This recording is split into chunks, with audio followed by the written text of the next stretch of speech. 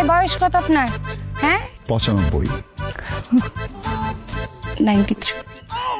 That means I am the senior here. তার মানে হচ্ছে এখন থেকে আপনি I am sorry, তুমি যখন ছোট ভাই আমাকে দেখবা আশেপাশে আমাকে সুন্দর করে সালাম দিবা।